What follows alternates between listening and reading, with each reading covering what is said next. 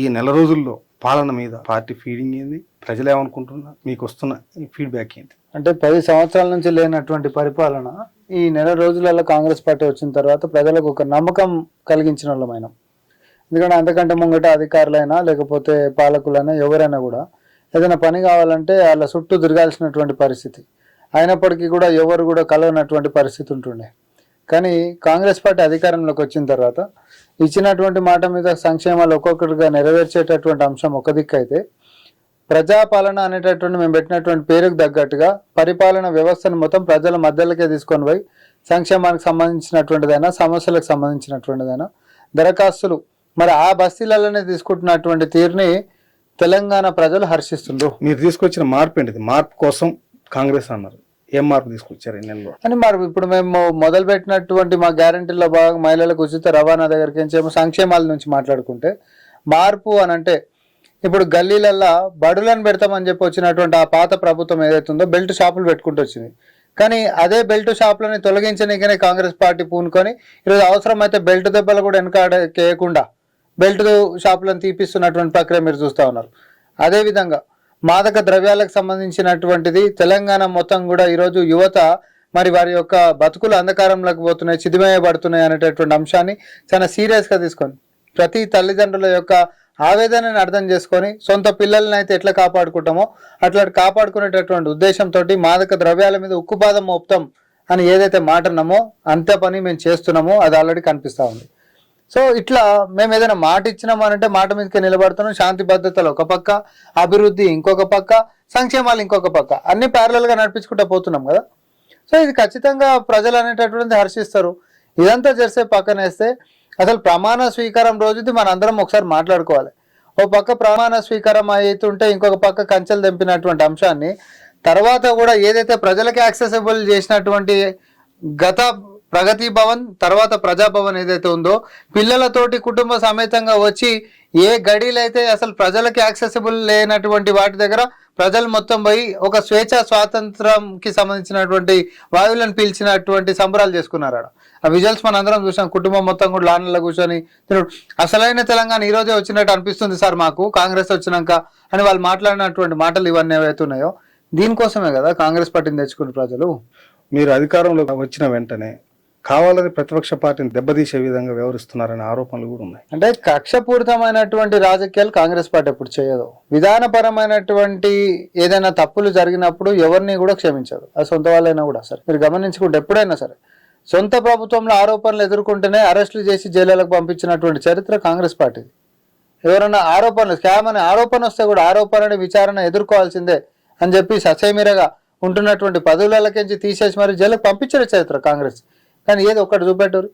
అవినీతి కుటుంబం అంతా కలిసి దోసుకుంటుంటే మొత్తం కలిపి దోసుకుంటే మిగతాలందరికీ దోషి పెడుతుంటే 10 సంవత్సరాల నుంచి ఆగమైనటువంటి తెలంగాణని కాపాడేటటువంటి ప్రయత్నం కాంగ్రెస్ పార్టీ రోజు చేస్తూ ఉంది.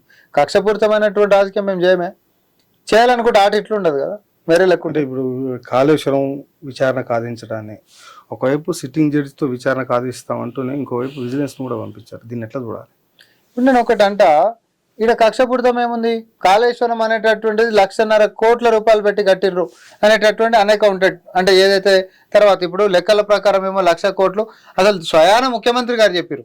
అరే అసలు నిజంగా ఏవి మొత్తం ఎంత ఖర్చు పెట్టిరు అనేటటువంటిది ఒక్కొక్కటి బయటకు వస్తే విసిపోయేటటువంటి నిజాలు బయటకు వస్తున్నాయి.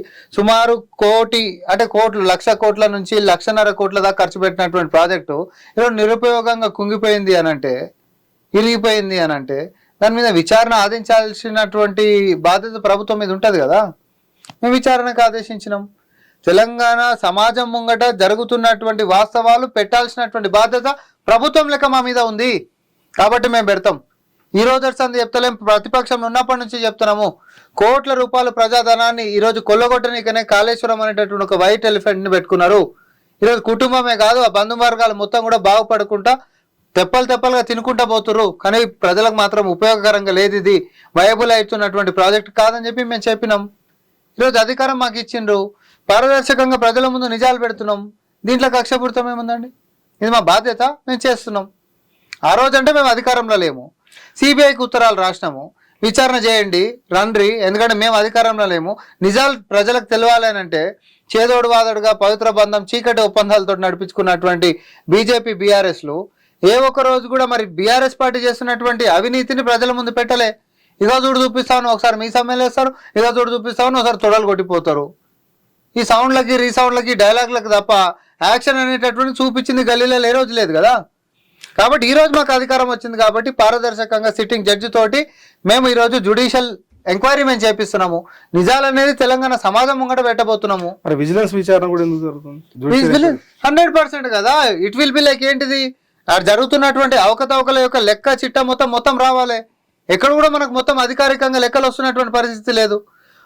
అధికారంలోకి వచ్చిన తర్వాత కూడా లెక్కలలో జాప్యం ఉంది అని అంటే దీన్ని ఉంటున్నటువంటి వ్యవస్థలతోటి మాత్రం జల్లెడ పట్టాల్సిన అవసరం ఉంటుంది కదా. మేము మంత్రులు రివ్యూ మీటింగ్ పెట్టారు, మేడిగడ్డకు పోయారు, ఇంజనీర్లు మొత్తం లెక్కలు చెప్పంటే లెక్కలు చెప్తారు కదా. అంటే లెక్కలు ఇంజనీర్లు మేము లెక్కలు చెప్పమంటారా, లేకపోతే పాత ప్రభుత్వం లెక్కలు గాయబ్ చేసింది భావిస్తారా మీరు? ఎట్లా ఉంటున్నటువంటి లెక్కలలో పారదర్శకమైనటువంటి విషయాలు స్వయాన ముఖ్యమంత్రి గారే చెప్పిండ్రు. ఇది తోకుంటా పోతే ఎంత లోతుకుంది అనేటటువంటిది మనకు తెలియాలి. ఇంకా తెలియాలి అని అంటే ఉంటున్నటువంటి వ్యవస్థలతోటి మేము జనాల ముందు ఇచ్చినటువంటి కమిట్మెంట్ ఏంటిది, ఇది పెద్ద కుంభకోణము. ఈ కుంభకోణానికి సంబంధించినటువంటి వాస్తవాలు ప్రజల ముందు పెడతామన్నాం. పెడుతున్నటువంటి దాంట్లో మనకు సమాచారం ఏదైతే టోటల్ ఫుల్ ఫ్లెడ్జ్గా గిట్ట వస్తలేదు అనుకోండి, అప్పుడు ఏం చేస్తాం? స్వయాన ఉత్తమ్ కుమార్ రెడ్డి గారు ఆ శాఖకి మంత్రివర్యులు ఆయన ఆదేశించడం జరిగింది. దీని మీద విచారణ అనేటటువంటిది చేయాల్సిందే. విజిలెన్స్ పోయింది, అసలు ప్లానింగ్ ఏంటిది, కథ ఏంటిది, కార్ఖాన ఏంటిది. ఇప్పుడు కేంద్రం ఏమో నివేదిక ఇచ్చి ఇది పనికిరాదని చెప్పింది. కేంద్రానికి ఇవ్వాల్సినటువంటి అన్ని రిపోర్ట్లు కూడా ఇవ్వకుండా ఎట్లా జాప్యం చేసిందో కూడా మనం మంత్రి గారు రివ్యూ మీటింగ్ పెడితే రివ్యూ మీటింగ్ రాకుండా కూడా ఏమైనా అధికారులు గాయపోయారా? అబ్సెంటే కాదు మా అంటే రాజీనామాలు చేసి పోయిన వాళ్ళు కూడా కదా. ఇప్పుడు పవర్ కించి మొదలు పెట్టుకుంటా పోతే తర్వాత కలెక్టర్లు వచ్చేసి ఏందమ్మా లెక్క దీనికి సంగతి అనేటటువంటిది. ఇప్పుడు ఉదాహరణ చెప్తున్నా నేను, స్మితా సబర్వాల్ని తీసుకోండి. ఆమె కూడా లెక్కలు అడితే ఏమో సార్ నాకైతే ఏం తెలియదు అని చెప్పి జవాబులు చెప్పిపోతే, ఇప్పుడు ఈరోజు సరే ఫినాన్స్కి సంబంధించినటువంటి దాంట్లో ఉన్నారేమో, బదిలీలు జరిగినాయేమో తర్వాత, కానీ ఈ లెక్కలు అనేటటువంటిది రావాలి కదా. వ్యవస్థలో అధికారులు మాకు తెలియదు అన్నాక ఇది మరి ఎవరికి తెలవాలి? ఎవరికి తెలియకుండా జరిగినాయి. దీనికి ఒక చిన్న ఉదాహరణ ఫార్ములా ఇ అని చెప్పి మరి హైదరాబాద్లో రేస్లకు సంబంధించి కూడా పెట్టిర్రు. ఆడ కూడా అంతే. అసలు ఎవరికి తెలియకుండానే 55 కోట్ల రూపాయలు మీ తాతల ఆస్తులు లెక్క తీసుకొని పోయి కంపెనీలకు ఇచ్చుకుంటా పోతే ఏ అప్రూవల్స్ లేవు, ఏది క్యాబినెట్ అప్రూవల్ లేదు, లేకపోతే వాళ్ళకు ఉంటున్నటువంటి బోర్డు అప్రూవల్స్ లేవు. ఎవరి పైసలు అని చెప్పించిండ్రు? అంటే ప్రభుత్వంలో ఒక పైసా ఖర్చు పెట్టాలన్నా, ఒక ఆఫీసర్ ఒక నిర్ణయం తీసుకోవాలన్నా దానికి సంబంధించి క్యాబినెట్ ద్వారా నిర్ణయాలు జరుగుతాయి. అంటే క్యాబినెట్లో నిర్ణయం తీసుకున్న దాన్ని ఐఏఎస్ ఆఫీసర్లు ఇంప్లిమెంట్ చేయాలి, కానీ ఐఏఎస్ ఆఫీసర్లు సొంతంగా విధాన నిర్ణయాలు తీసుకోవడానికి లేదు. అలాంటప్పుడు ఇక్కడ అంటే తెలంగాణ ప్రభుత్వంలో అంటే మీరంటే నెల రోజుల క్రితం ముందున్నటువంటి ప్రభుత్వంలో అంటే అసలు ప్రభుత్వాన్ని తెలవకుండా అధికారులు ఇష్టం వచ్చినట్టు చేసినా మీరు ఎట్లా ఫీల్ అవుతారు? అధికారులు అనేటటువంటి వాళ్ళు పాత్రదారులు. ఈ పాత్రదారుల వెనకాల సూత్రధారులు ఉన్నారు. సూత్రధారుల యొక్క సంగతి మేము తేల్చాల్సినటువంటి అవసరం ఉంది. అధికారులు అనేటటువంటిది ఆదేశాలు లేకుండానే పనిచేసేటటువంటి స్వేచ్ఛా స్వాతంత్రాలు ఉంటాయని నేను అనుకోను. ఎవరో చెప్పిరు కాబట్టి అధికారికంగా నేను చేయకపోయినా సరే ఇటు మనమే ఉన్నాం కదా, సారే కదా పెద్ద సార్ చెప్పింది కాబట్టి నేను చేసుకుంటా పోతా అనేటటువంటి ధైర్యం ఎవరు కల్పించారు? అది ఎవరు చెప్పిర్రు? ఎవరు సొమ్మని చెప్పించారు? అదేదో నగరానికి ఎన్నో వేల కోట్ల రూపాయలు ఆందోళన వచ్చేదాన్ని కాంగ్రెస్ పార్టీ ఆపింది అనేటట్టు మళ్ళీ బూటకపు ప్రచారాలు ఎవరు చేయించిండు? నిజంగానే వేల కోట్ల ఆమదానికి వచ్చేటట్టు ఉన్నటువంటి పరిస్థితి ఉందా?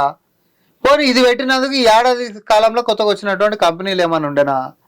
ఎవరిని మోసం చేస్తారు? ఇదంతా ఎవడో ప్రైవేట్ని తీసుకొని వచ్చి ట్రైపార్టీ అగ్రిమెంట్ ఫస్ట్ నువ్వు చేసి లాభాలు టికెట్లు అన్నేమో వానికి ఇచ్చేసేసి సరే దానికి సంబంధించిన ఆర్గనైజింగ్ డబ్బులు వాడు కట్టేటటువంటి అన్ని బాధ్యతలు వానికి ఉంటున్నప్పుడు ఆ దాన్ని అగ్రిమెంట్ని తీసేసేసి రివైజ్ అగ్రిమెంట్ మళ్ళా బై పార్టీ అంటే ప్రభుత్వము ఫార్ములా ఈ వాళ్ళు చేసేసేసుకొని సొంత కెపాసిటీలా ఇండివిజువల్ కెపాసిటీలో ఒక అధికారి వ్యవహరించినటువంటి తీరుని తప్పు పట్టాల్సిన అవసరం ఉందా లేదా? నేను అడుగుతుంది ఏంటి అంటే ఒక ఉన్నతాధికారి రాజ్యాంగానికి కట్టుబడి అట్లనే సెక్రటరీ రూల్స్ లో సెక్రటరీ బిజినెస్ రూల్స్ ఏం చెప్తుంది, ఆ అధికారి ఏం చేసి అని నేనేమంటున్నా, అన్ని కూడా నీ దగ్గర ఉంటున్నటువంటి నీ సిగ్నేటరీ పవర్ ఏముండాలి?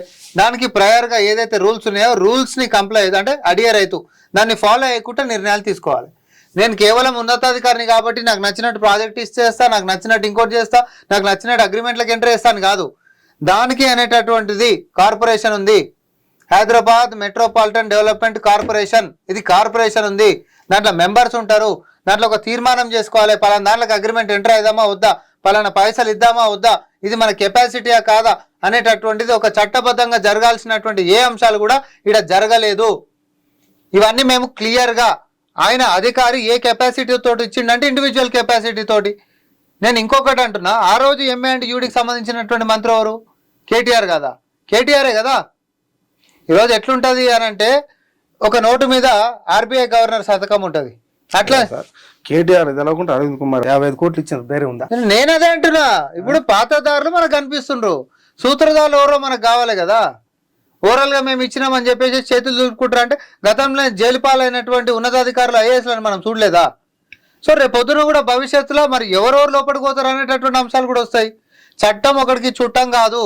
ఎవరు అధికారంలో ఉన్నప్పటికీ కూడా చట్టాన్ని ఫాలో అయ్యకుండా నువ్వు ఆ నియమ నిబంధనలతోటి పోకుండానే నువ్వు ఏవి చేసినా కూడా పనులు, కానీ నాకు నచ్చినట్టు చేస్తా, మేమే అధికారంలో ఉన్నాం అని చెప్పి ఈరోజు మంత్రుల ముంగడ కాలు మీద కాలు వేసుకొని కూర్చొని అనేటటువంటి ఒక అదేంటంటే మేము ఏదో గొప్ప అనే ఫీలింగ్ తోటి మీరు పోయేటటువంటిది ఏదైతే ఉంటుందో ప్రజాస్వామ్యం కానీ రాజ్యాంగం కానీ చట్టం కానీ ఒప్పుకోమంటున్నాం మేము.